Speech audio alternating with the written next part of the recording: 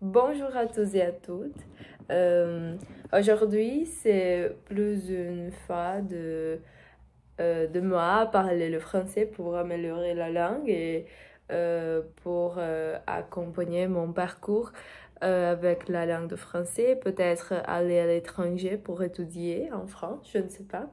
Mais donc aujourd'hui, je j'ai le sujet de ce que c'est le sujet et la cuisine traditionnelle doit-elle être protégée dans un monde globalisé?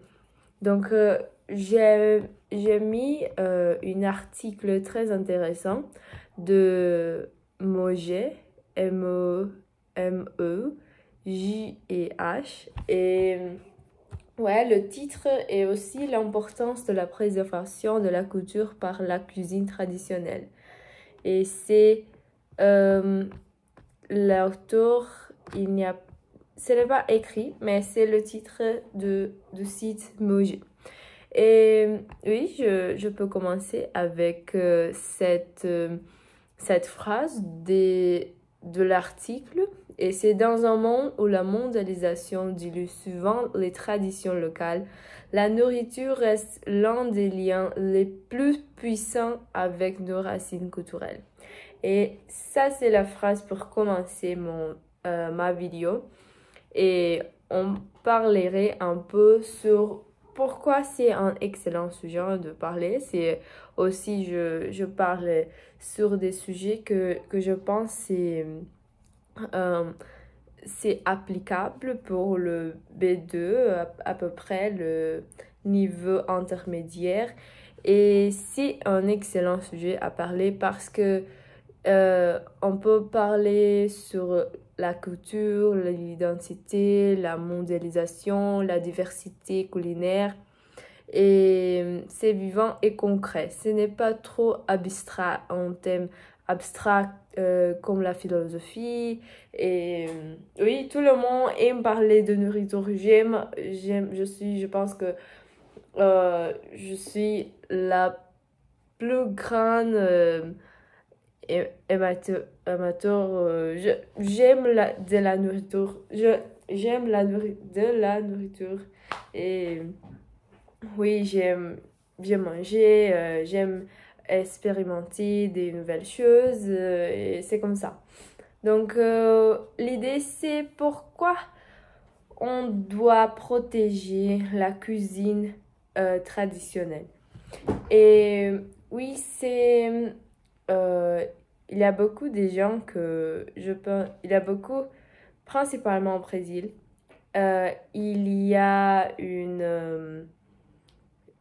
a beaucoup de personnes qui viennent de familles, des traditions différentes, des cultures différentes. C'est un pays très mélangé par rapport à culture et racines culturelles.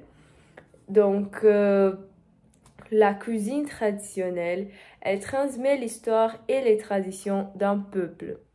Donc, on peut le voir comme par exemple dans les différentes régions au Brésil.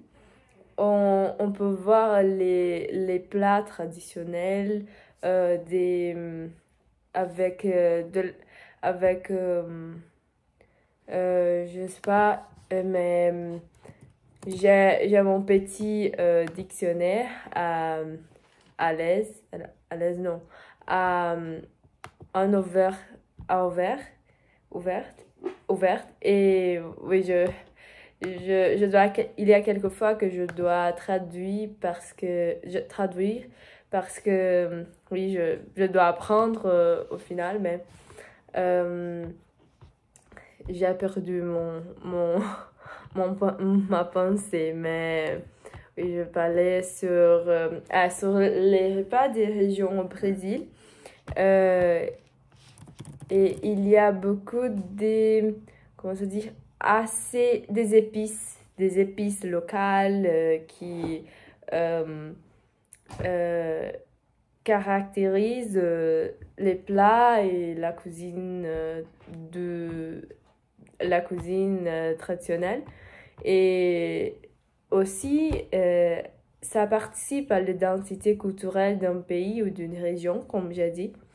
Et c'est ce que c'est le point.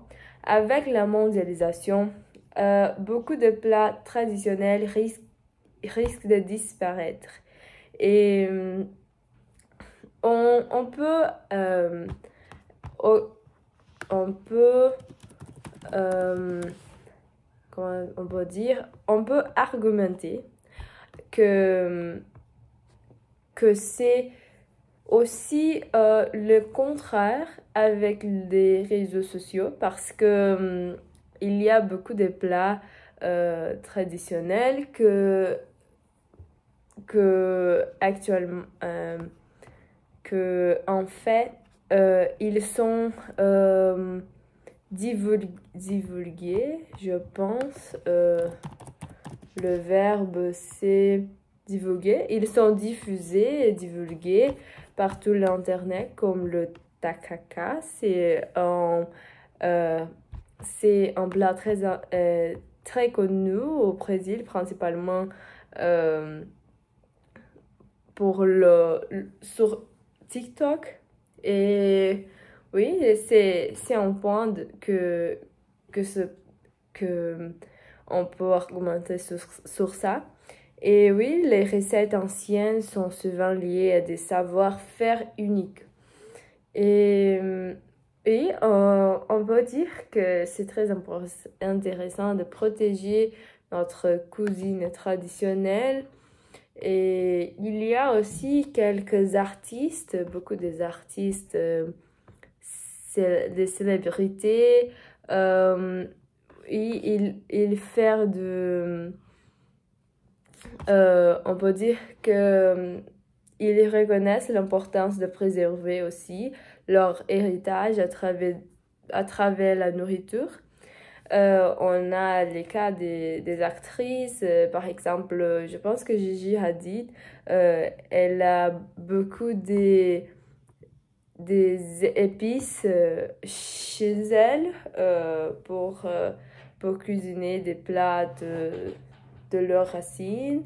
Et oui, on peut dire que j'ai des exemples. Stanley Tucci est inspiré de ses racines italiennes pour cuisiner et raconter des histoires.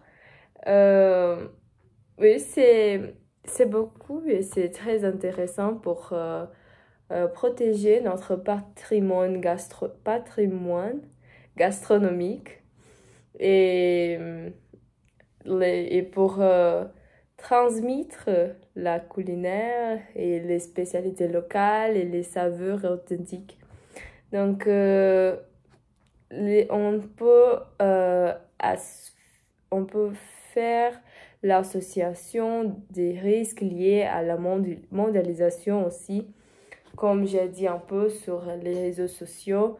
Mais on peut dire que avec la mondialisation, on a l'uniformisation des goûts.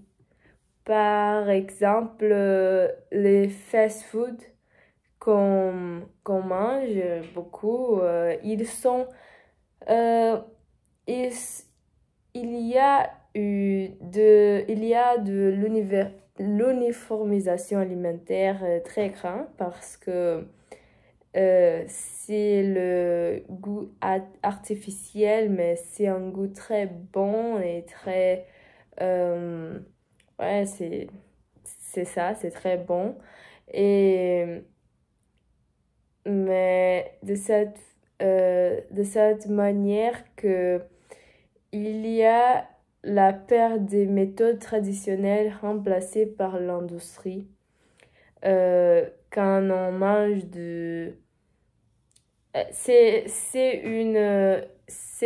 une information très... comment je peux dire? Mais c'est très connu, le McDo. Le McDo est situé dans des quartiers plus chers du monde avec des... Ouais, et ce n'est pas possible de faire la compétition avec ça par des méthodes traditionnelles remplacées par l'industrie. C'est cet exemple-là.